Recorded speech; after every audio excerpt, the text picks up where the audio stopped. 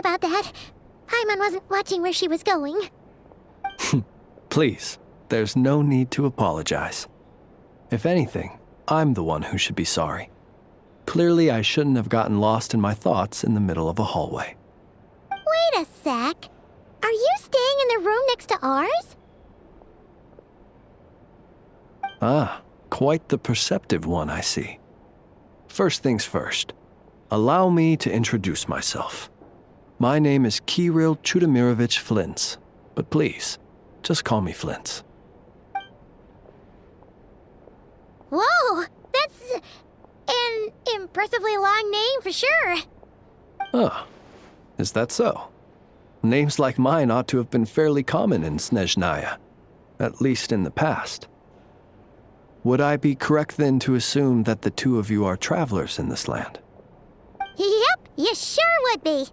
Paimon is Paimon, and this is the Traveler. We've been to a bunch of nations already, but we only just arrived in Notcry today. What a rare honor it is to meet such worldly travelers. Are you here for travel too? If only I had the time to spare. No, I'm just staying the night. Oh, so you're here for business? That's certainly one way to put it.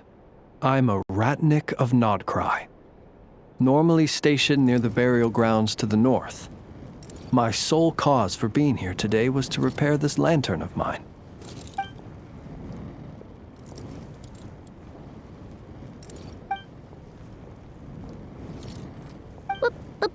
Burial grounds? Your surprise is entirely understandable. Most people cannot even begin to fathom the idea of a life surrounded by tombstones and decay. But if you've heard of the calamitous abomination that is the Wild Hunt, you'll know that in their wake they bring a host of souls tainted by abyssal filth.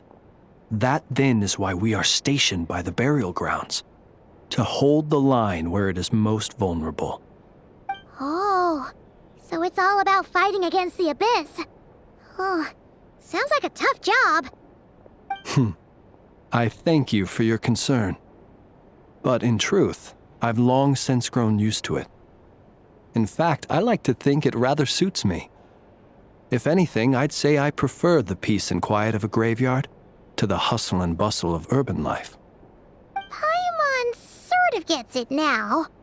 But even so, she's still pretty sure she could never get used to living in a graveyard herself. For one thing, she'd be too scared to fall asleep at night. Oh, I assure you, there's no need to worry on that account. The kind of ghosts you find in cemeteries aren't too big on talking. But even when they do, they're usually far more discreet than the living. Well, would you look at that? Who'd have thought we'd end up chatting this long? Must have a lot in common, huh? Forgive me, but I must excuse myself, for the time of my appointment draws near. And in terms I'm sure you'll understand, a lanternless Ratnik is like a mapless traveler. A serious conundrum indeed. Oh, sure. In that case, you go right ahead. We won't keep you any longer. Not at all. Should the opportunity present itself, I'd gladly continue our conversation another time. You're always welcome to come visit my grave.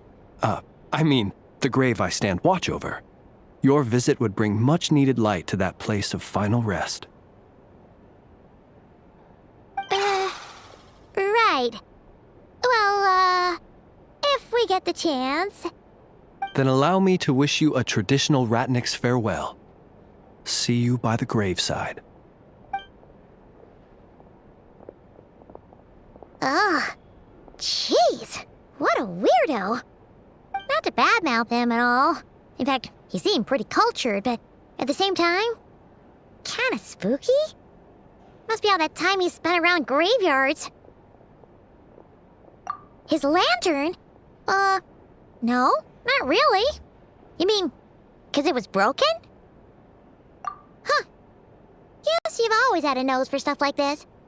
If you're worried, you can always ask him the next time we cross paths. Hey, don't you start spouting all that weird stuff too.